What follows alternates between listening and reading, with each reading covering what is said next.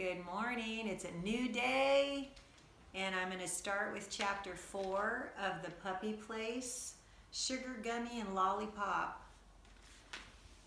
Here we go. The puppy was pawing through Mrs. Santiago's purse, which had been left next to the bed.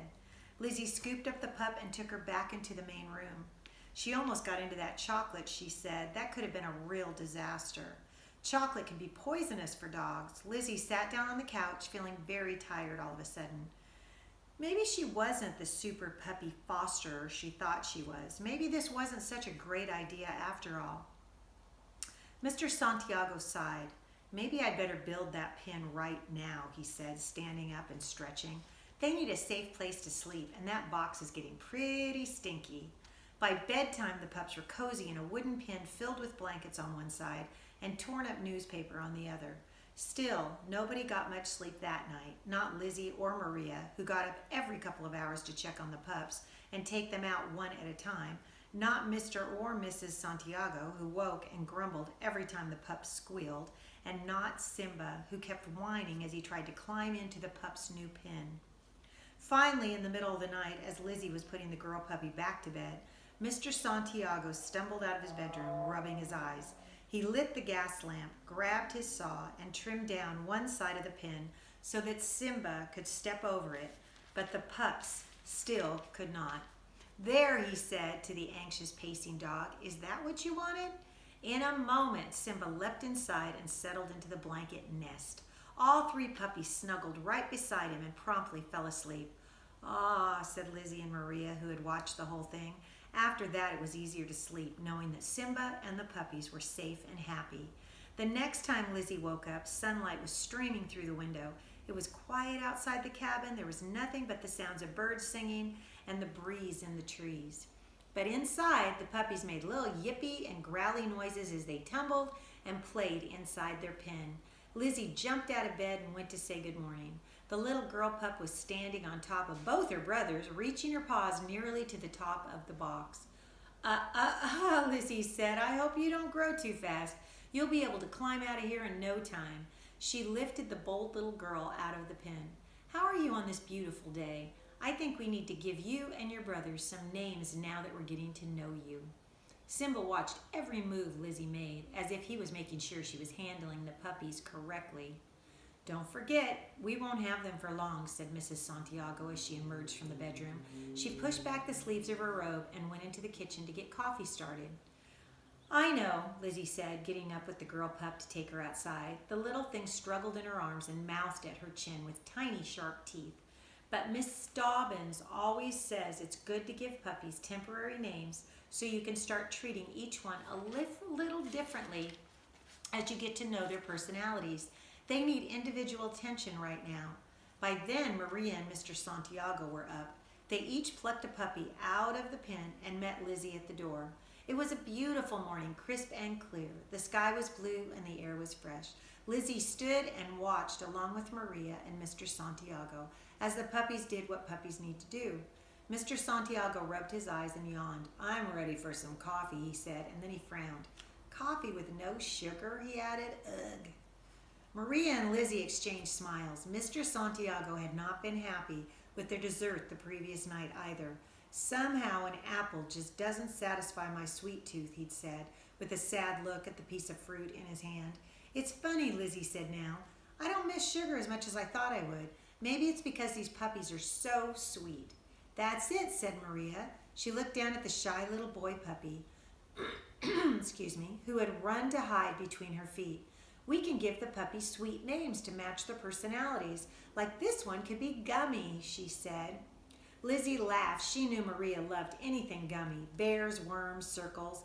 Once Maria had heard that they had red frog gummies in Australia, and it was one of her big ambitions to eat one someday. I like it, Lizzie said, and I think this little girl should be Lollipop, because she's just so cute and bright and sweet. She laughed as Lollipop bit at her pajamas.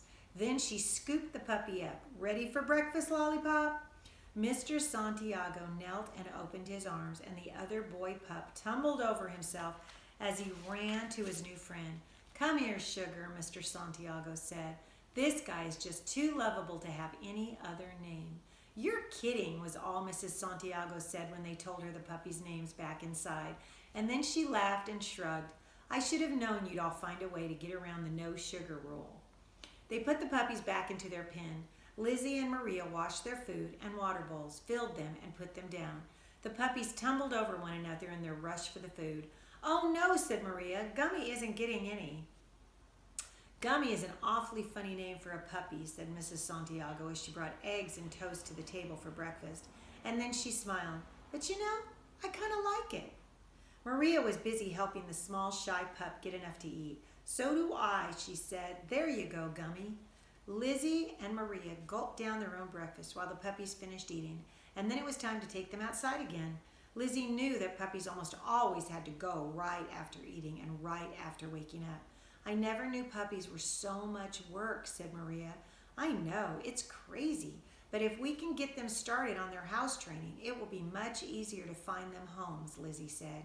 She was tired of the routine too. How did people take care of huge litters of puppies? She knew that sometimes mama dogs could have 10 or 12 puppies at a time. Maria borrowed her dad's phone and took picture after picture as the puppies roamed around the yard, stopping to sniff the grass or get into a wrestling match with each other. Their tiny squeaks went right to Lizzie's heart. "I wish I could keep them all," she said. "I also wish I knew what breed they are. It's hard to tell when they're this young, but those floppy ears and wrinkled faces are not going to change much. Neither are their adorable curly tails. I think they're Puggles." "Puggles?" Maria cracked up. "What a silly name. Where did that come from?" Lizzie held up one hand. "Pug," she said. She held up the other. "Beagle." She grinned at Maria. "Get it?" "So they're mutts?" Maria asked. "Mixed breeds like Buddy?" "Sort of," said Lizzie. "More like designer dogs where somebody has bred two types on purpose. Like how Labradoodles are a cross between a lab and a poodle. Remember Gus? He was a Labradoodle." Gus had been one of the most popular dogs the Petersons had ever fostered. Everybody wanted Gus with his curly black hair and happy face. Maria nodded. "I get it," she said. "Puggles supposedly have the best qualities of both breeds," said Lizzie. "The Beagle's longer nose means that they won't have some of the breathing problems that pugs can have, but they're friendly and sociable like pugs." She looked up as Mr. Santiago walked out of the cabin, car keys in hand. "I'm off to the store for a few things," he said. "I'll pick up more puppy food and find out if anybody wants to adopt a puppy. Or 3. He reached out for his phone and Maria handed it over. "Can you email some of those pictures to Miss Dobbins and my Aunt Amanda too?" Lizzie asked. "Ask them if they think these pups are Puggles, and maybe they'll have some tips on how to take care of them." "Will do," said Mr. Santiago after Lizzie had told him the email addresses. "Take good care of the pups while I'm gone." He headed down the path, and Lizzie had to chase after Lollipop to keep the adventurous pup from following him. Maria checked her watch and then lay back on the grass and let all 3 puppies scramble over her. "It's only 9 o'clock and I'm already tired," she said. "How are we ever going to keep these guys entertained all day?" Lizzie sat down next to Maria and pulled Lollipop into her lap. "When Buddy was little, we bought him all sorts of toys to keep him busy," she said, as the little pup squirmed around and nibbled on her fingers. "Fluffy toys to cuddle with, chew toys to gnaw on, balls and frisbees to chase. But it's not like there's a pet store anywhere near here." "No way," Maria said. "Even if there was, we don't have any money. So we'll have to be creative." Lizzie jumped up, still holding Lollipop. "Let's go inside and see what we can find." When the girls put the puppies back into their pen, Simba jumped in too and greeted them with sniffs and wags. He checked each one carefully as if to make sure nothing had happened to them. And then he laid down and let the puppies snuggle up next to him. "Ah," said Maria. She led her mom to the pen and helped her feel around to see what Simba was doing. "Isn't that sweet?" "Simba is full of surprises," said Mrs. Santiago. "Who knew he would be such a good mom?" She petted her dog's big head approvingly. "Good boy, sweetie," she said. Lizzie and Maria went on a toy hunt through the cabin. "How about this for a ball?" Lizzie showed her friend a rolled-up pair of socks she'd pulled from her backpack. "It's soft and won't hurt them. An older puppy might try to chew it up, but their baby teeth won't be strong enough to do that." "Great," said Maria. "And when they do want to chew, how about this? She held up the tube from an empty roll of paper towels. A woo-woo tube, Lizzie said. A what? Maria raised her eyebrows. That's what we call it in my family, Lizzie said. She took the tube from Maria. Because you can do this. She put her mouth up to one end of the tube. Woo-woo, she called as if through a megaphone. She did it very softly so she wouldn't scare the puppies. Maria laughed. That's the silliest thing I've ever heard, she said. Lizzie just shrugged. Good toy, though, she said, and with all the paper towels we're using for cleaning up messes, we'll have plenty of them. When the pups woke from their morning nap, Lizzie and Maria were ready for them. After they took all three outside, they came back in and sat down to play with the homemade toys. Look, Sugar loves the rope, Maria said. She had taken a length of rope and put several big knots in it. Now she played a gentle tug-of-war with Sugar, while Lollipop scampered around trying to catch an end of the rope. Gummi was as shy as always, hiding behind Simba. Lizzie tried to tempt him with the sock ball, rolling it along the floor, but he shrank back from it. I think he's freaked out by this thing that's moving by itself, Lizzie said. She tossed the ball for Simba to catch, and he snatched it easily out of the air. See, Gummi, it's fun. She rolled the ball again, but Gummi just ran away from it and hid under a chair. Maybe you'd like the woo-woo tube, Maria said. Lizzie took it from the kitchen table and brought it down to Gummi's level. Gently, she snaked it along the floor. What's this? She asked. Oh, looks like fun. Gummi put out a tentative paw and thought, what is this thing? Lizzie pulled it back, teasing him a little, and then she moved it toward him. Gummi couldn't resist. He pounced and bit at the tube. He said, I'll get you. Lizzie laughed. Getting braver, little one, she said, and by the time Mr. Santiago got home, the three pups were tuckered out and having their second nap of the morning, after another trip outside, of course. Lizzie and Maria lay at opposite ends of the couch, just waking from their own nap. I guess they really aren't any trouble, are they? Said Mr. Santiago when he saw the puppies sleeping in a cozy, warm pile in their pen. Lizzie and Maria just laughed. I think 3 puppies are about 300 times more work than 1, said Lizzie, rubbing her eyes. Guess what? Mr. Santiago asked. Miss Dobbins agrees with you about their breed. She's pretty sure they're puggles. Cool, said Lizzie, which is why nobody around here wants them, according to Mrs. Packer, the lady who runs the store. Mr. Santiago frowned down at the puppies. Why not? Because most people around here use their dogs as hunting dogs. They are fine with beagles who can find rabbits, but they're not interested in keeping a lap dog, said Mr. Santiago.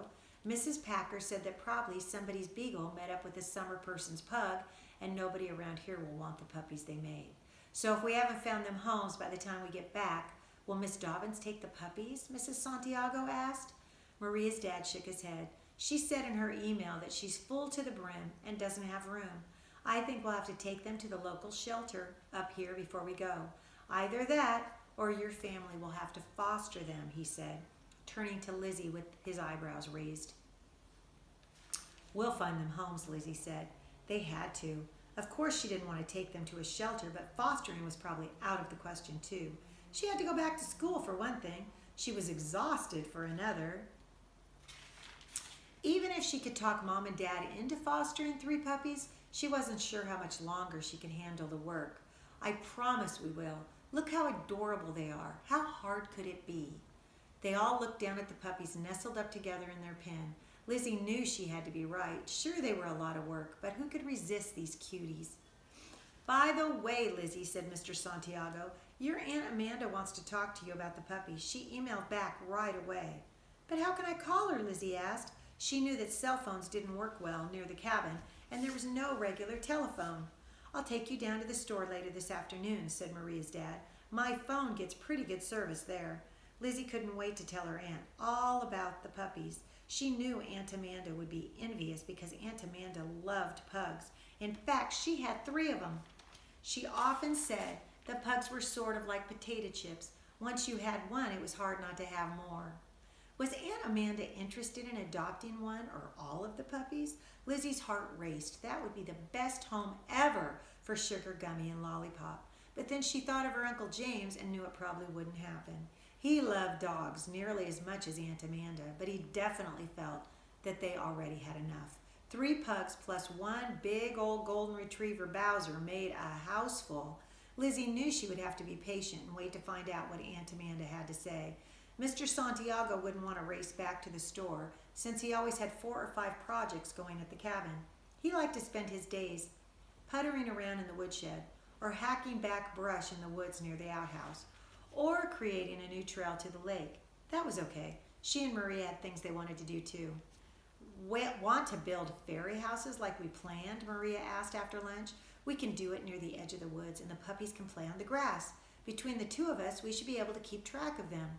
Sounds great, said Lizzie. Maria had been telling her about fairy houses for a long time. Maria and her father had built them many times in the woods around the cabin, and Lizzie had seen pictures of them, but she'd never made one.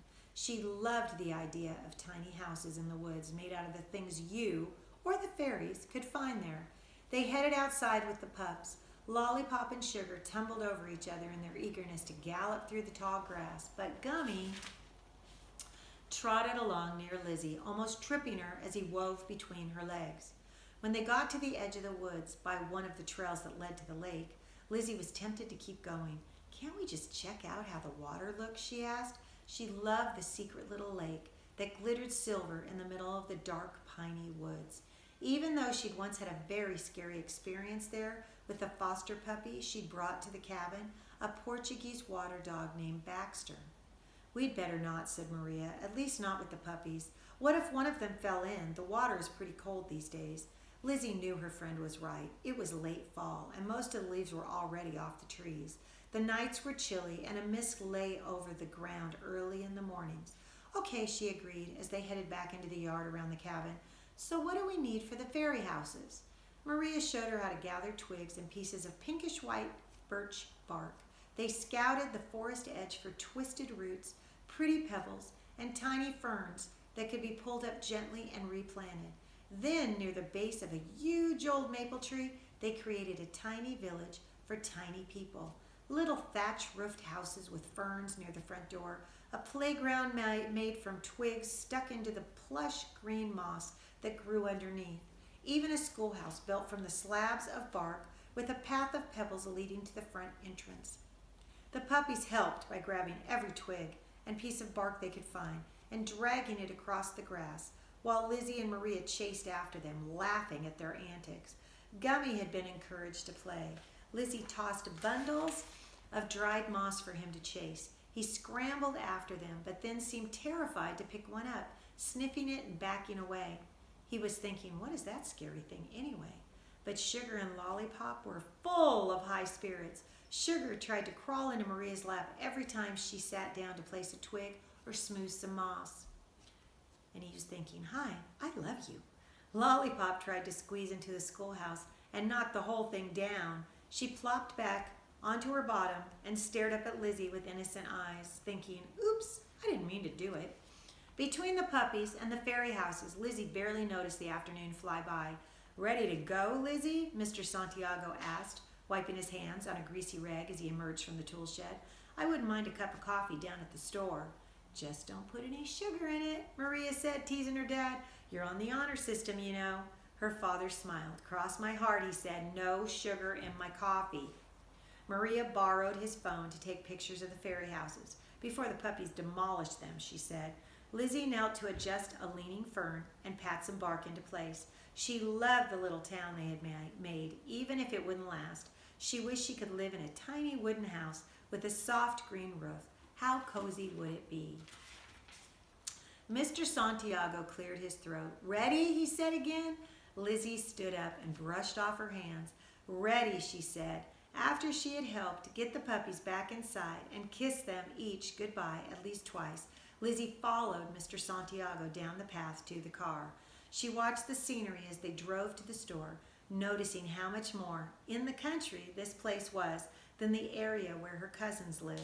Here there were no big open fields or large houses. Instead, there were long driveways threaded up through the trees with no trespassing signs at the ends of them and small cabins with old trucks parked in front of them. Lizzie had a feeling that people didn't have much money around here, and she wondered if that was why somebody had abandoned the puppies. Maybe they just couldn't afford to keep them. When they stepped into the store, a big old tumble-down building with antique-looking gas tanks outside, Lizzie sniffed the air and let out a little moan. "Oh, that smells so good," she said, her mouth watered. Another apple pie just came out of the oven. "Got room for a third piece today?" asked the woman behind the counter. Lizzie stared at her. A third piece? She hadn't even had one. And then she realized that the woman was looking at Mr. Santiago. Lizzie turned to look at him too. He was blushing. Okay, kiddos, that's 3 more chapters. I'll see you next time.